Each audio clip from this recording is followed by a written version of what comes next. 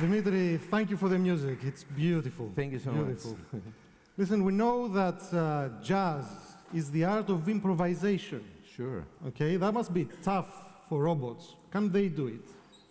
Okay, let me show you then something that is happening at Georgia Tech, because I'm collaborating there, the university, and they do build some robots that improvise. We're going to see lovely Simone that plays marimba.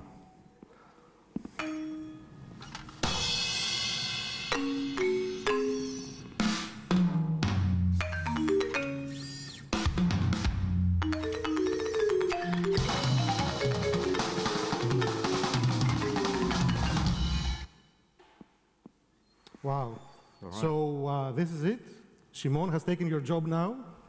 No, not exactly. They have done a lot of very serious work with the programming, so they use genetic algorithms. They learn, they do machine learning through deep neural networks, and they can recognize patterns, and they can reply to you in a way, and we're trying to forward this, actually. Can you teach this robot to do more? Okay, let me show you what I'm doing. Is called jazz mapping, and what I'm trying to do is to teach an artificial intelligence system a very basic thing, which is the syntax of our language. And this research has been done together with the Athens University here and Georgia Tech and other institutions. So jazz mapping and syntax, it's close to language. When we improvise, of course, we tell a story. I'm going to talk to you more about this, but we use very basic elements of communication. So the first one is what I call a segment, a fragment. And this is a little Lego that you can use, and you can put it in different places and create something nice. So let me play you something. This is from John Coltrane, A Love Supreme. So this phrase.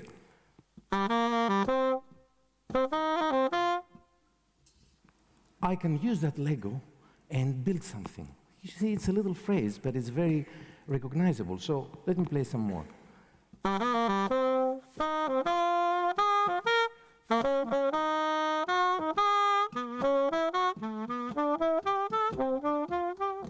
Etc. So I can build a nice wall, I can build something nice with this beautiful Lego. Then the other structural element that we use when we play is what we call in jazz slang, we call it the lick. So the lick is a longer phrase, usually like 4 bars anyway, it doesn't matter, but usually a length that you can remember and a phrase that you can use.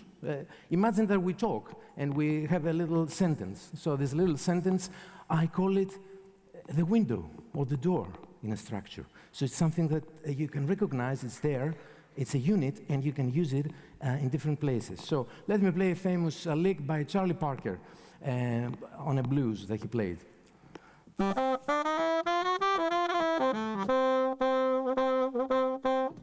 That's it. So if I want to move it, I can take it to another key on the sequence of the blues.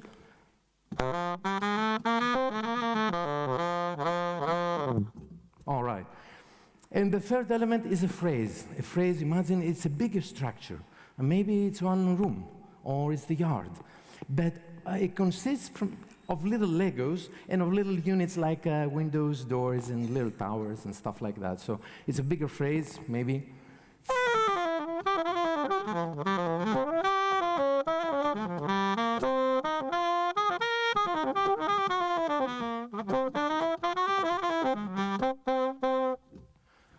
So that's the way that we build the conversation, and we use very basic human communication tools like question and answer. So I can play something and I can answer it. And then, if you notice on my last big phrase, I used some of the little Legos in the beginning, a little bit of Coltrane, and a little bit of Charlie Parker. in some of the phrases. So we actually play and really talk, because it's like storytelling when we improvise, with those elements, and we connect them. We make the relationship and we question and answer. So this is very important. Let me see if I get this right.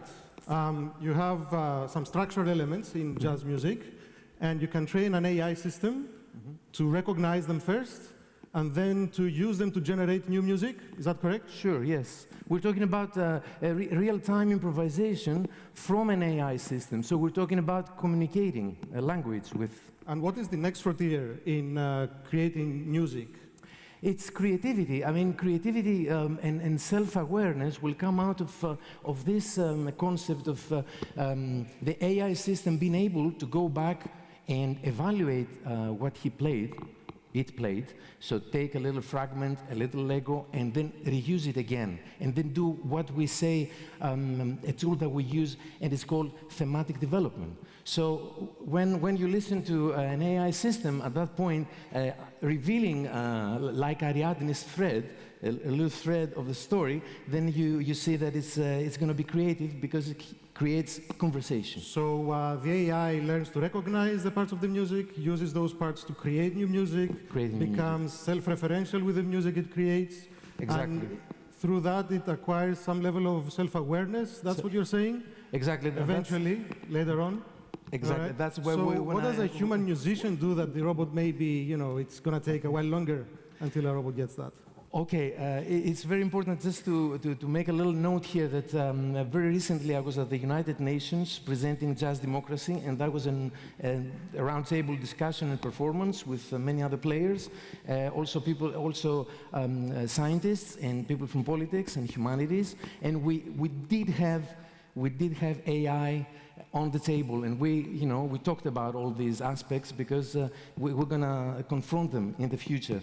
But regarding emotion and what is the next thing for humanity, I just want to say that we use three things when we play. I mean, a jazz artist, and maybe an artist in general, has like three. One, you have to practice. So you're like an athlete, like a basketball player. You need to practice, practice your skills, practice your Legos, practice your phrases and everything. But I'm sure you've practiced a lot, because we'd like to hear some more music. Yes. And only we can enjoy it. Yeah. The robots cannot do that. And we count on you, musicians, to play with robots and hopefully play better music in collaboration with robots. Before we see that, the other element is that we, every time my teacher has told me that, Dimitri, when you go up on stage, you just forget what you've learned, because you have to let the flow.